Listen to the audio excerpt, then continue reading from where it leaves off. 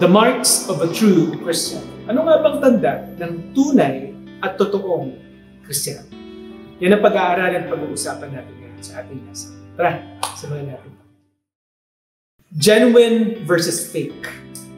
Para malaman natin ang isang sapatos ay original o totoo, ang gagawin natin, check natin yung serial number, check natin yung itsura, yung mga materials na ginamit, yung bigat ng sapatos, and even the smell.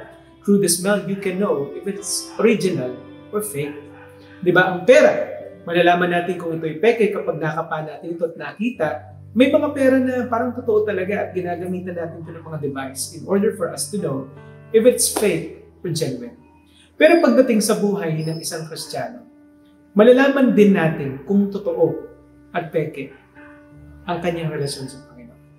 Alam niyo, isa siguro sa mga pinakamasakit na nangyari o verse na na-mention in the Bible ay yung pinag-aralan natin on the lesson 1 na ang sabi ng salita ng Panginoon, maraming tatawag sa akin ng Panginoon, Panginoon, pero ang sabi ng Panginoon Hesus sa kanila, hindi ko kayo kilala. So makikita natin dito that there are fake and there are genuine na Kristiyano.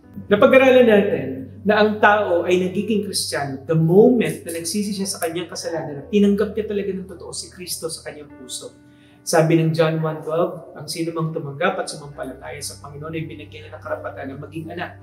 Therefore, you belong to Jesus Christ and you are in Christ. Yan na yung identity mo. At ang definition ng Christian is someone who belongs and who follows Christ. So how will you know if a person is a true Christian?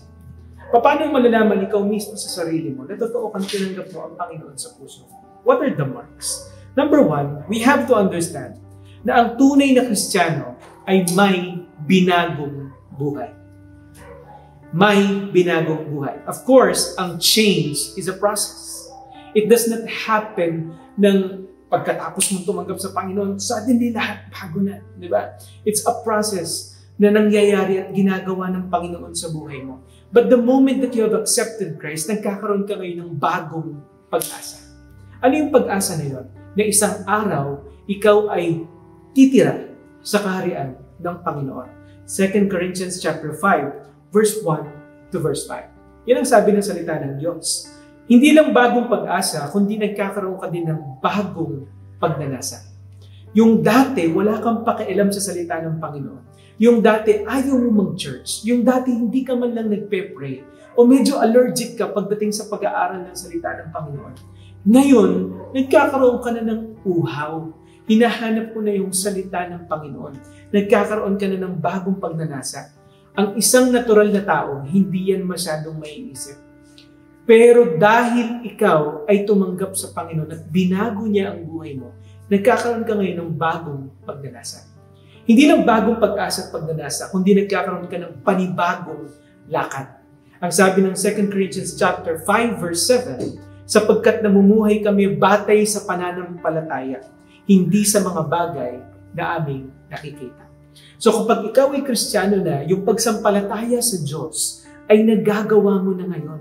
Yung pagtitiwala sa Panginoon ay natural na ngayon sa buhay mo. At ikaw ay lumalakad according sa sinasabi ng Panginoon para sa buhay. Also, kapag ikaw ay tumanggap sa Panginoon, totoo kang Kristiyano, hindi lang bagong lakad, kundi meron ka na ring bagong gawain. Sabi ng Acts chapter 1 verse 8, subalit tatanggap kayo ng kapangyarihan pagbaba sa inyo ng Espiritu Santo at kayo ay magiging saksi sa Jerusalem, sa Judea, sa Samaria, hanggang sa dulo ng daigdig. In short, ikaw ay nagiging testimony na nagdulong ka na gamitin ng Diyos ang buhay mo as a powerful testimony to others. Siyempre, meron ka na rin bagong hangarin ngayon sa buhay mo. At yun ay ang maluwalhati ang Diyos. Sabi nga ng 1 Corinthians 10, verse 31, kaya kung kayo'y kumakain o umiinom, ano man ang ginagawa ninyo, gawin ninyo ito lahat sa ikararangal ng Panginoon. At siyempre, nagkakaroon ka na ngayon ng bagong motibasyon. Ang motibasyon mo na ngayon ay ang kumilos dahil mahal ka ng Panginoon. Ang pag-ibig ni Kristo ang pumipilit sa akin. Yan ang sabi ng 2 Corinthians 5:14. The reason why I am serving God, kaya ikaw ay naglilingkod sa Panginoon, kaya ikaw ay nagpupunta ng simbahan, kaya ikaw ay nagkakaroon ng pagbabago ngayon sa buhay mo at sinisikap mong maging maayos sa mga desisyon mo dahil mahal mo ang Panginoon.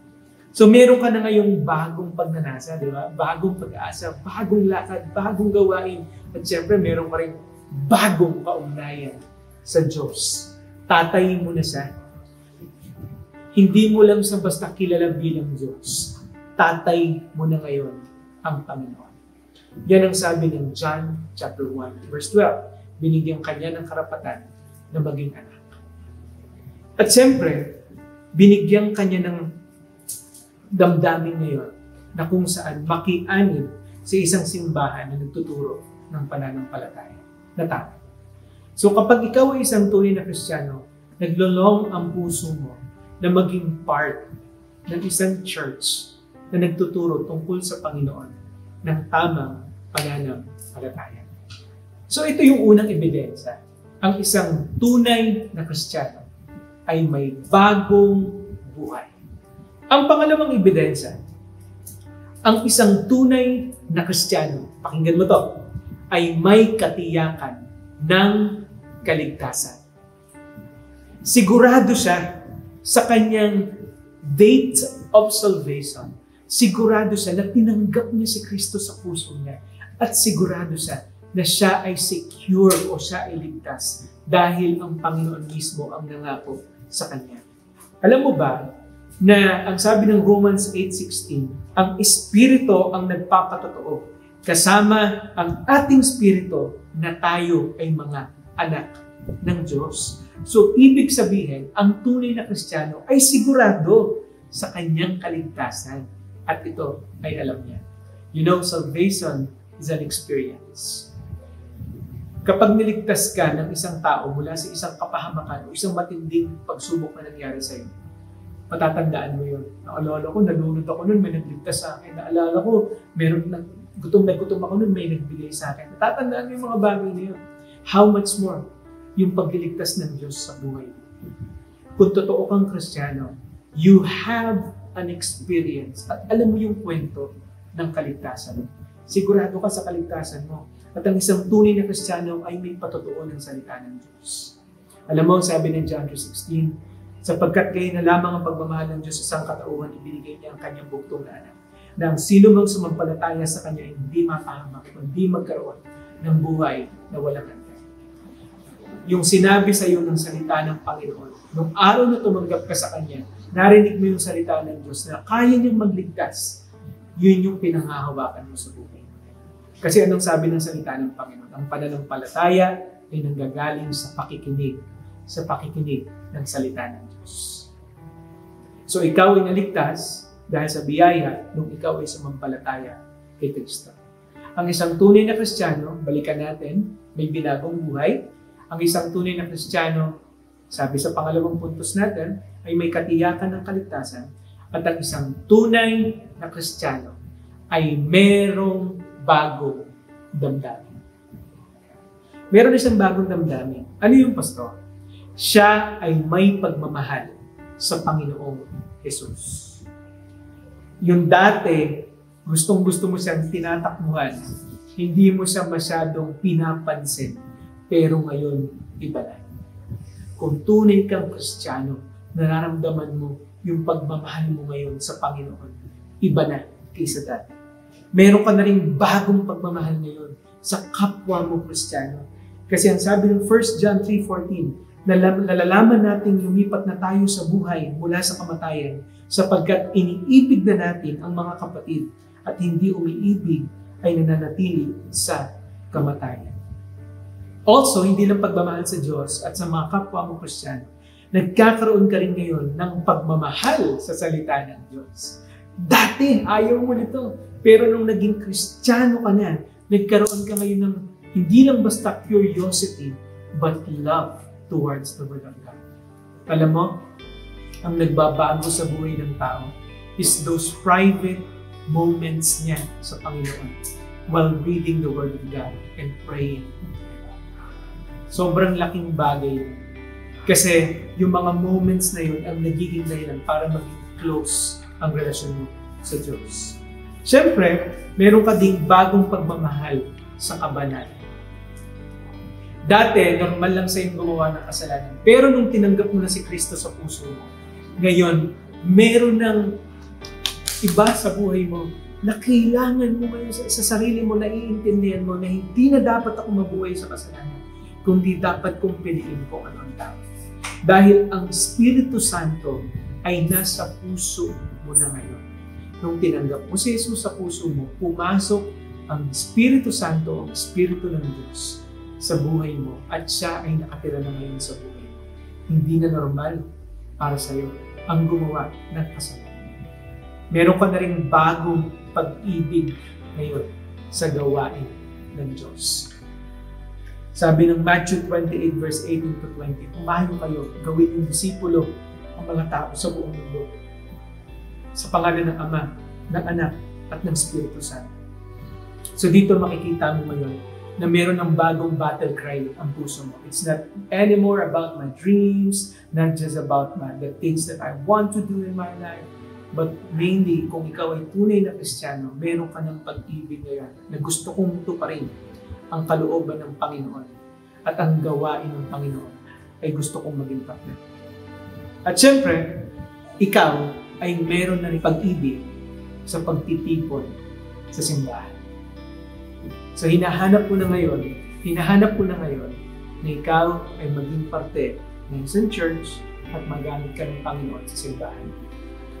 There is no such thing as a perfect church. Marami ka makikitang flaws and imperfections sa isang simbahan because you alone are imperfect.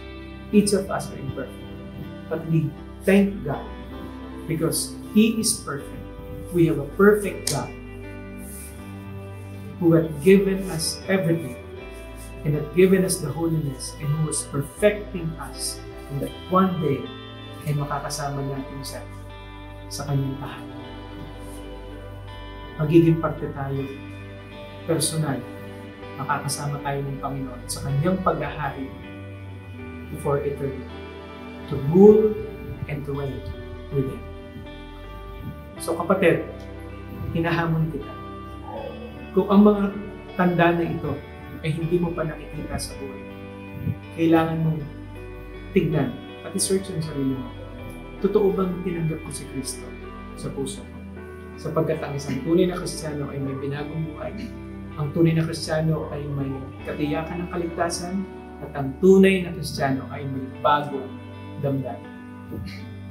Ang sino mang na kay Kristo, sabi ng salita ng Panginoon, ay namatay na sa dati niyang pagkatao. Ang lahat ay bago. May the Lord bless you at sana patuloy tayong lumakad sa kalooban